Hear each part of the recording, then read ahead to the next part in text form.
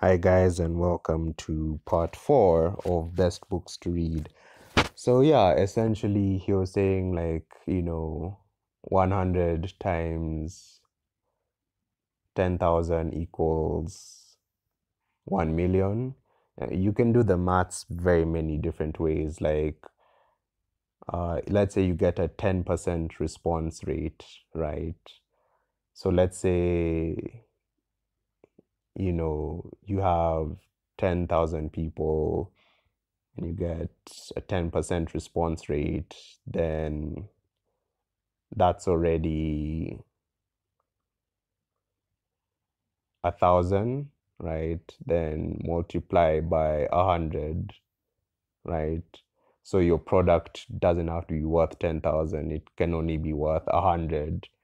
And all you have to do is get a 10% response rate from 10,000 people, right? So that's feasible. It's feasible that you could get 1,000 people to respond to you and sell them a $100 product, right? I guess maybe there's a bit more complications in regards to how much did it cost you to manufacture that product, so on and so forth. But he's just trying to show you the mathematics and mechanics behind making $1 million in 1 minute, and he did demonstrate it. He did actually have a telethon where he explained how they came close to making a million in 1 minute, but obviously you have to build up to it. So yeah, he also wrote this other book called Multiple Streams of Income. Again, this guy, he really knows it all. And this was back in 2005. So, how everyone praises Rich Dad, Poor Dad as probably the best book when it comes to building wealth. To me, this is the book that I would say is the equivalent of Rich Dad, Poor Dad to me, right? A really, really phenomenal book. Talks about how you can convert your passion into making money. Yeah, so definitely in my top five. I think my top five books would be Teenage Liberation Handbook, Convict Conditioning, maybe the David Kelsey book, maybe this one, maybe this is like number 4. So once he told me about that 1 minute million thing, because he said, the thing with an international business, the thing with an online business is you're international from day one. You sell a product online. Well, if it's digital, for example, from day one, you're international. Like someone in China, someone in Korea, if you live in Kenya or maybe you live in the US, someone in Kenya, someone in Korea, someone in Nigeria, Hawaii, South Africa, Chile, Nicaragua, Argentina, they can all access your product. Like you just cannot scale as fast as a tech company when you're a brick and mortar company. And I have been following this for a very long time. That was since 2013. And literally all the new unicorn companies, right? A unicorn is a company with $1 billion evaluation. All these new unicorn companies, like most of them, like I would say maybe 90% of them are tech companies. When you read an article, like before you even open an article, like an article that says, oh, how this person started with X amount and made $1 billion, you just know it's going to be a tech company, right? So it's only tech companies that have the ability to really, really scale that well. And I regret not studying IT. I studied business admin instead of IT. If I had a time machine, I would study IT. So if you haven't gone to uni yet, study IT. It's the future. Not IT, computer science. There's a difference between IT and computer science. I think an IT is like a mechanic compared to IT is like studying mechanics compared to engineering. So I think computer science, those are like the real engineers that code. I think IT, they just study like the systems, the routers, the like the guy in the office who makes sure your internet is connected to the computer, not the guy who actually codes. But yeah, study computer science. Like if I have children, if I was to have children right now, all of them would study computer science. Like coding is it. Like coding is just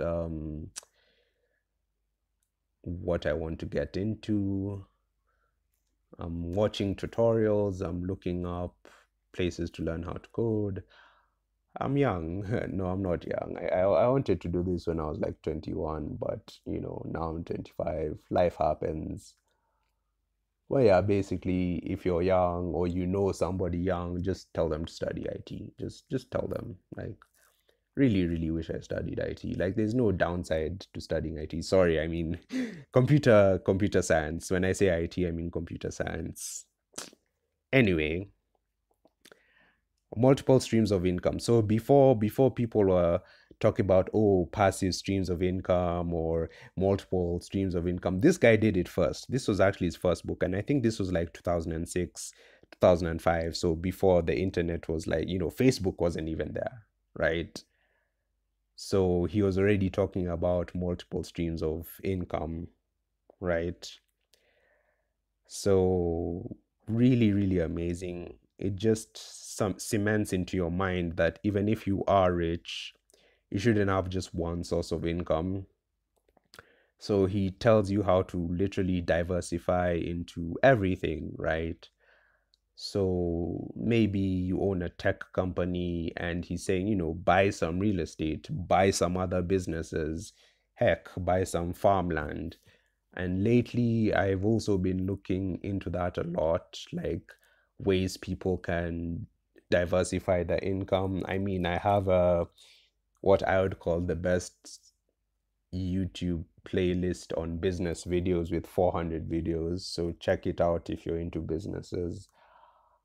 They It talks a lot like about, NFTs, ETFs, index funds. I mean, NFTs and ETFs are two extremely different things that shouldn't be mentioned in the same sentence. But yeah, crypto, right? I have really looked at it a lot. And I guess technically I am qualified since I have a business admin degree, if that means anything to you. But basically, yeah, there are a lot of ways to diversify your income and generate wealth.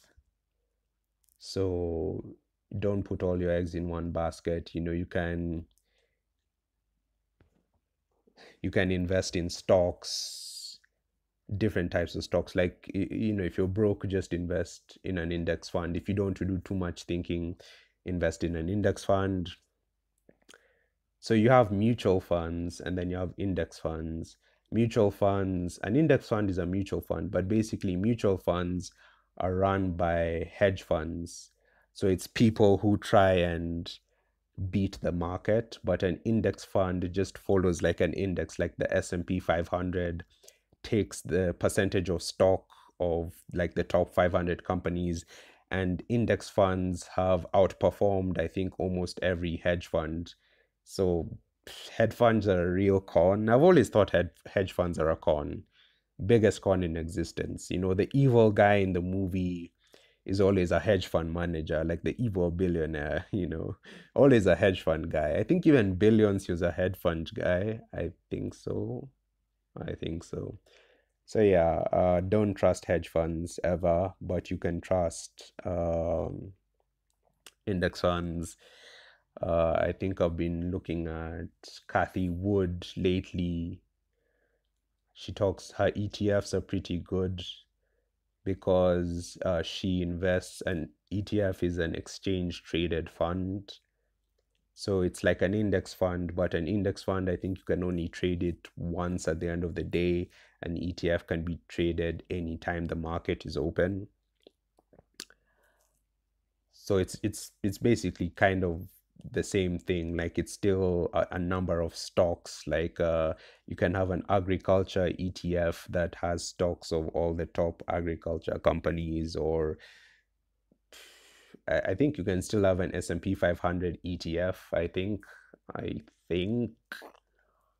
But yeah, she seems, people are saying she's the next Warren Buffett because she's young relatively, and she's investing in all the good companies, like CRISPR, AI, fintech, biotech, all the futuristic stuff, right?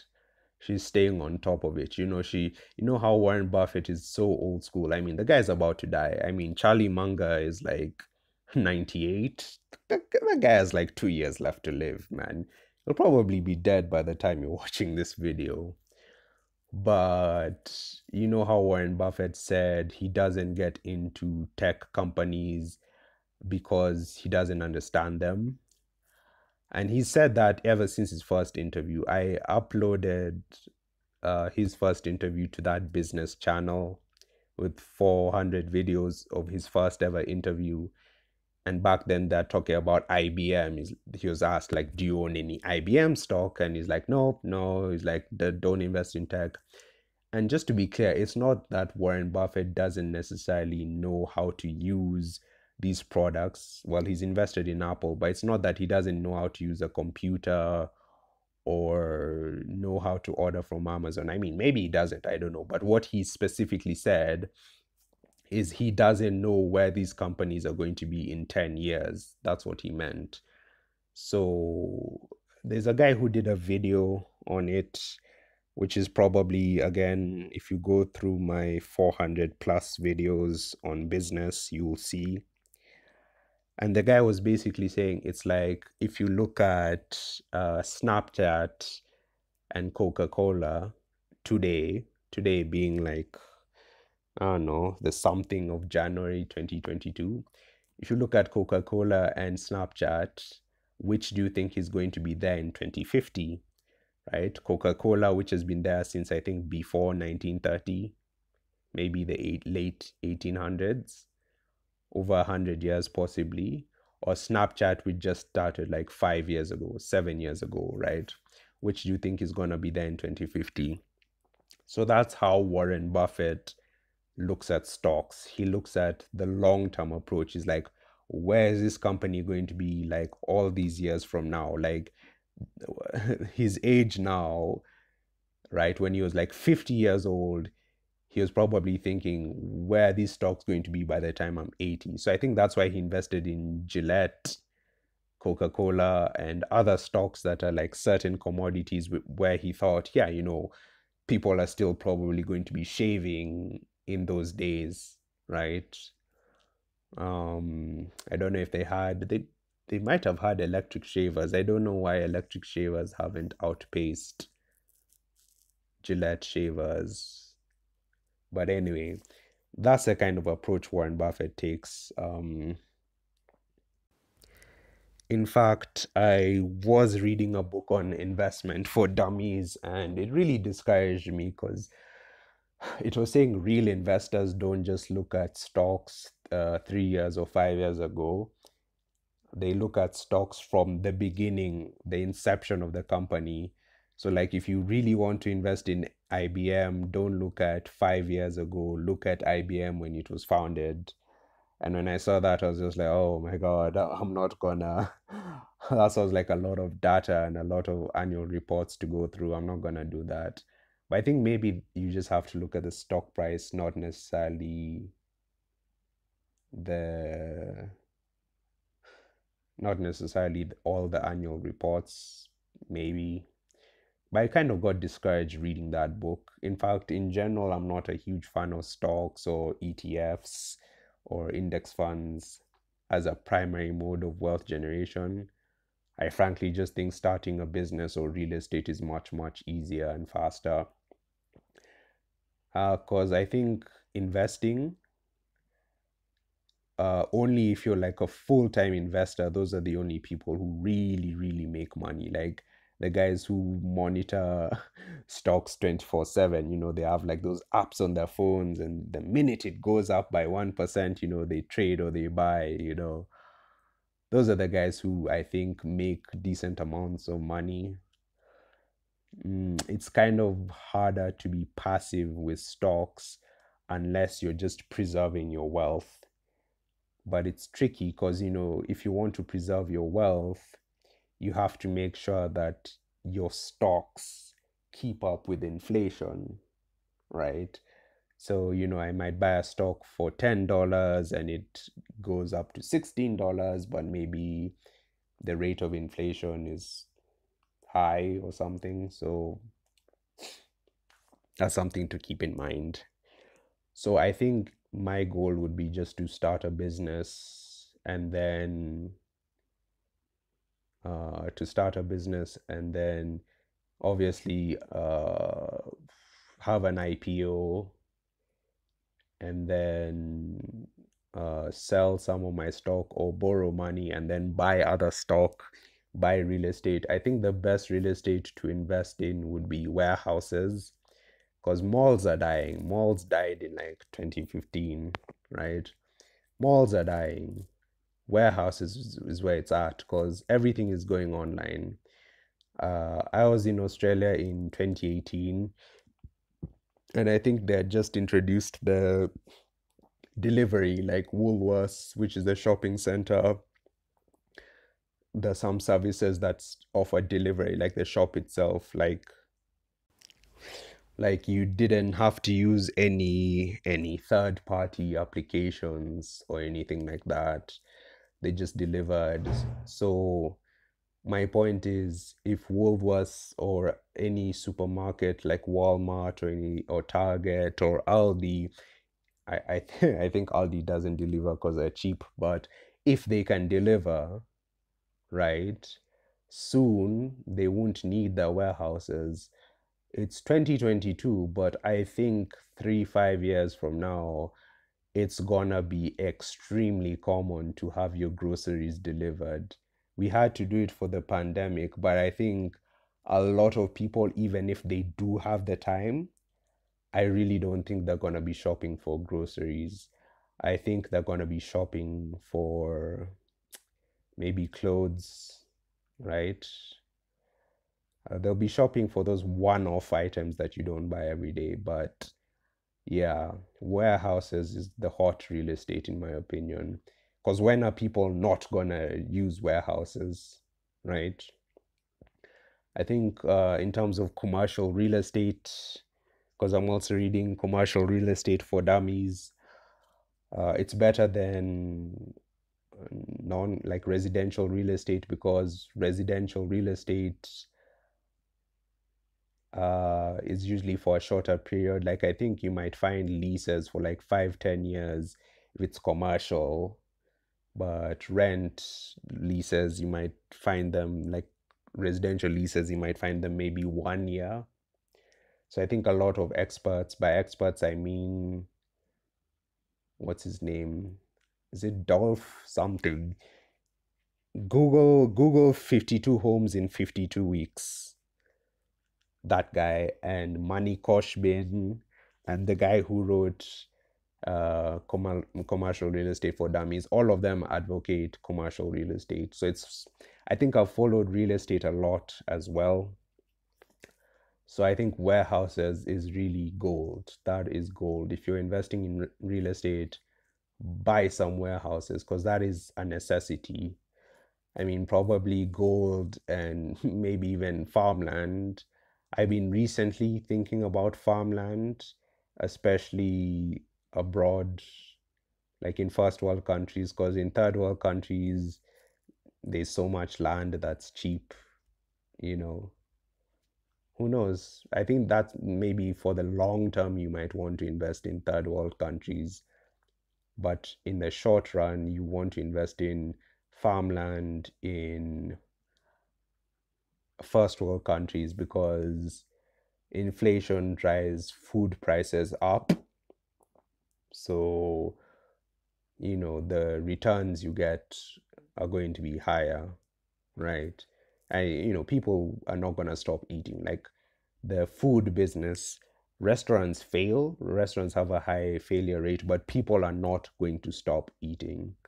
So if you own the land and you own the warehouses, you pretty much the farms and the warehouses, you own everything. You literally own everything. Like I see that as the best investment, and I see malls as being the worst investment. But I think any building that has more than five like residents or five separate, like apartments is considered commercial. Like if you have a building with six apartments, it's commercial.